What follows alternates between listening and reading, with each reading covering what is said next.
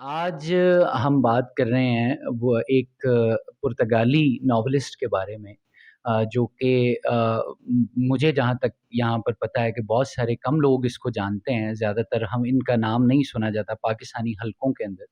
लेकिन ये है कि बहुत ही ज़बरदस्त एक नॉवेलिस्ट हैं और मैंने जब इनको डिस्कवर किया तो मुझे तो ये बहुत ही पसंद आए। इनका ख़ास तौर पे जो स्टाइल है, इनकी पूरी जो थीमेटिक क्रोनोलॉजी वो अपनी इस्तेमाल करते हैं अपने नॉवेल्स के अंदर, तो वो बहुत ही ज़बरदस्त था।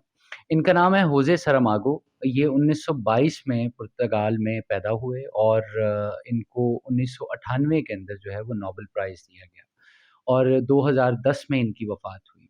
इनका जो सबसे शाहकार नॉवल माना जाता है वो ब्लाइंडनेस है। इसके अलावा भी इनके बहुत सारे नॉवेल्स हैं जैसे gospel according to Jesus, death at intervals और केन, ये उनके मशहूर तरीन नॉवेल्स में से हैं।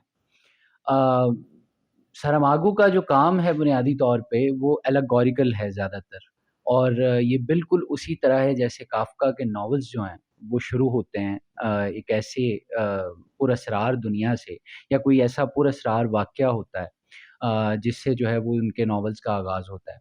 अच्छा उनके किरदारों की तरह इनके किरदार भी ये क्वेश्चन नहीं करते कि ये सब कैसे हो गया या अचानक किस तरह से ये जो आफ़त है वो हम पे आ गई। इसी तरह इनके नॉवेल्स का भी आगाज़ होता है। जैसे मिसाल के तौर पे इनका जो नॉवल ब्लाइंडनेस है, उसके अंदर जो है वो एक अचानक से एक वबा फैल जाती है, जिसको ये जो अंधेपन की वबा फैल जाती है। और इसी तरह जो इनका दूसरा नॉवल है डेथ एट इंटरवल्स, उसके अंदर जो है वो अचानक से एक दिन एक शहर के अंदर कोई भी नहीं मरता। यानी मौत जो है वो एक तात्तुल मौत के अंदर एक तात्तुल जो है वो आ जाता है।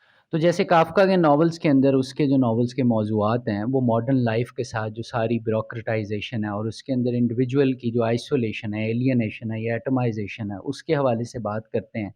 इनके नॉवल भी जो हैं, वो बुनियादी तौर पे जो मॉडर्न कैपिटलिज़्म के साथ आने वाले जो मसाइल हैं, उनको जो है अपने नॉवेल्स के अंदर मौज़ू बनाया जाता है। ना सिर्फ़ उनको बल्कि इंसान की फ़िलोसॉफ़िकली भी जो इंसान के मसाइल रहे हैं जो उसके डिविनिटी के मसाइल हैं, खुदा को लेकर या उनसे जो पैदा होने वाले इंसान के मसाइल हैं, उनके बारे में बात करता है और ख़ास तौर पे ये होज़े सारामागो जो हैं वो बड़े स्टॉन्च किस्म के मार्क्सिस्ट भी थे। इसीलिए इनके नॉवेल्स के अंदर वो हमें क्लास डिफ़रेंस और जो क्लास स्ट्रगल है वो भी कहीं न कहीं नज़र आती है।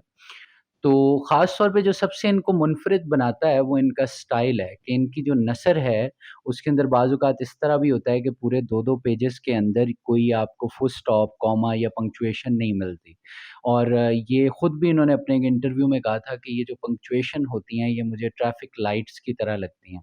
और इससे जो मेरे थॉट्स हैं उसके अंदर जो है वो एक तरह की इंटरप्शन आती है। तो अपने इसलिए इनके जो नसर है उसके अंदर हमें पंक्चुएशंस बहुत जो है वो कम मिलती हैं।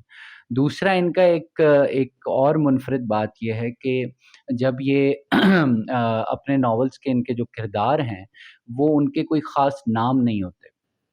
जो 3-4 नॉवेल्स इनके हैं, उसके अंदर तो पार्टिकुलरली ऐसा ही है कि वो उनके नाम नहीं होते। जैसे वो शेक्सपियर कहता है ना व्हाट्स इन अ नेम, तो ये भी उसी तरह की बात है कि अपने किरदारों को नाम नहीं देते, बल्कि वो अपने ख़ास ख़ुसूसियात की वजह से पहचाने जाते हैं या वो जो प्रोफ़ेशन उनका होता है, उसके थ्रू जो है वो पहचाने जाते हैं।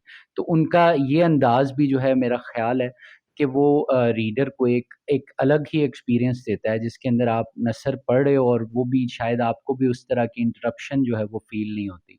थोड़ी-सी एम्बिग्विटी होती है, थोड़ा-सा आपको स्ट्रगल करना पड़ता है जब आप इनके नॉवल पढ़े हैं तो कौन-सा किरदार क्या बात कर रहा है, लेकिन वो कहीं न कहीं अगर आप गौर से पढ़ें तो आप उनको साथ जो है वो उनके चल सकते हैं।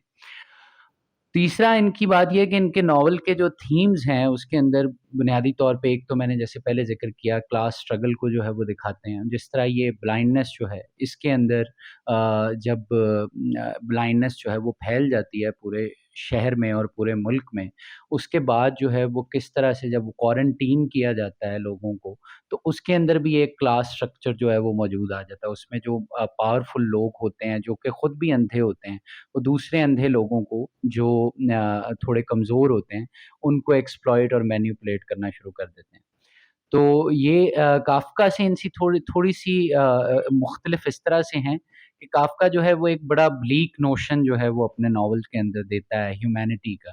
यानी वो ये समझता है कि ये जो जो मॉडर्निटी है और ये जो कैपिटलिस्टिक एथिक्स हैं, उसके अंदर जो इंसान की एलियनेशन है, वो बहुत हद तक जो है वो उसके अगेंस्ट जो है, वो कोई रेज़िस्टेंस की बात नहीं करता। उसके जो किरदार हैं, वो उस जबर को जो है वो रिप्रेज़ेंट करते हैं। लेकिन इनके जो किरदार हैं, अगर उनके ऊपर फ़ितरत का जबर है या निज़ाम का जबर है, तो उसके अंदर भी वो कहीं न कहीं एक रेज़िस्टेंस जो है वो उसके अंदर नज़र आती है हमें।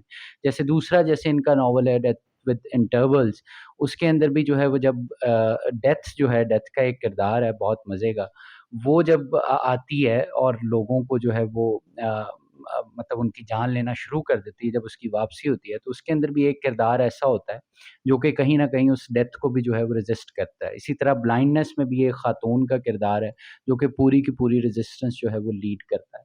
दूसरा इनके थीम्स जो हैं उसके अंदर प्रॉब्लम ऑफ ईविल को वो जो है बहुत ज़्यादा डिस्कस करते हैं, जो फ़िलॉसफ़ी के अंदर हमें मिलती है। तो इनका ओवरऑल जो स्टाइल है एलेगोरिकल है और बड़ी मुनफ़रिद मौज़ूआत हैं इनके। जैसे एक नॉवल इनका केन है, जो कि बिब्लिकल जो वाक़या है केन का, उसको बिल्कुल री-इमेजिन करता है या उसको रिकंस्ट्रक्ट करने की कोशिश करता है। एक इनका novel gospel according to Jesus है, जिसके बाद इन पर जो है वो बहुत ज़्यादा इल्ज़ामात भी लगे और इनको काफ़ी मुश्किलात का सामना करना पड़ा। उसके अंदर भी जो बिब्लिकल पूरा नैरेटिव है जीसस को लेके, उसको भी इन्होंने रिकंस्ट्रक्ट करने की कोशिश की है। तो अपने मौज़ूआत के हवाले से, अपने तजर्बात के हवाले से, अपनी राइटिंग के हवाले से ये बिल्कुल एक मुनफ़रिद राइटर हैं और मुझे लगता है कि ये जो तमाम अदबी हलक़े हैं या पाकिस्तान में भी जो एस्पायरिंग राइटर्स हैं, उनको एक नई जहत जो लिखत की है, उसको समझने के लिए इनको पढ़ना चाहिए।